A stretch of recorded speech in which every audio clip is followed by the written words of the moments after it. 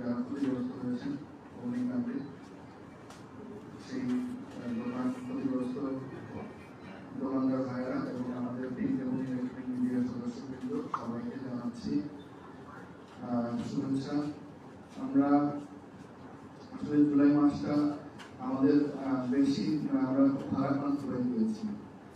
একদিকে এমনিতেই আমরা জুলাই নিয়ে অনেকগুলো অনুষ্ঠান আমাদের যেগুলো আমাদের সবসময় আমরা আমাদের হৃদয়কে ব্যথিত করে রেখেছিল। এরপরে আবার 21 তারিখে যে ঘটনাটি ঘটলো, এটা আসলে আমরা পুরো দেশ শোকে আসলে আমরা বাকরুদ্ধ হয়ে পড়েছি। এরকম একটি ঘটনা আমাদের দেশে ঘটবে, এটি আসলে আমরা কোন পর্যায়ে থেকেই আমরা কিন্তু মেনে নিতে পারছি না।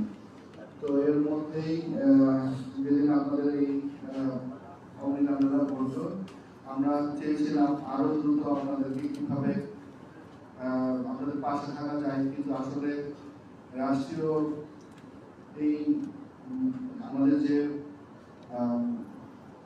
বিমানের যে দুর্ঘটনাটি ঘটলো, আমাদের স্কুলের একদম নিষ্পাপ সন্তানগুলো আমাদেরকে রেখে যে চলে গেল, এটি আসলে আমরা সবাই হতবাক হয়ে পড়েছিলাম। এই কারণে একদিন আপনাদের যেদিন দেরি হয়ে গিয়েছে, আমরা আসলে যেদিন ঘটলো সেদিন আমি 6:40 দিকে আমি নিজে সেখানে গিয়ে সেটি প্রত্যক্ষ করেছি, কারণ আমাদের ওই দিনে আগে অনুষ্ঠান ছিল সকালবেলা।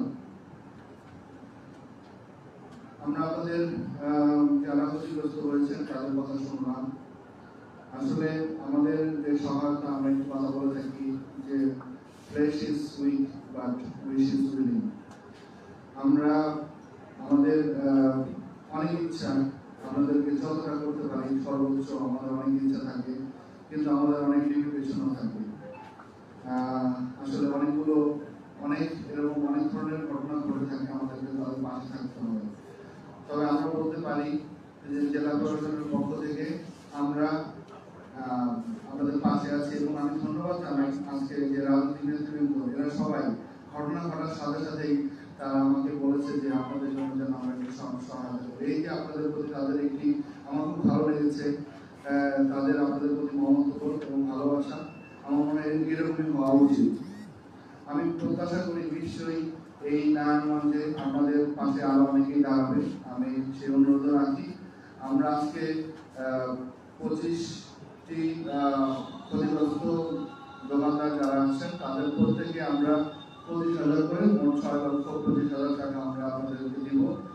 আমরা যদি এরপরও আমাদের সরকারি তরফ থেকে আরো কোনো সহায়তা আমাদের সুযোগ থাকে আমরা সেটিও চেষ্টা করব।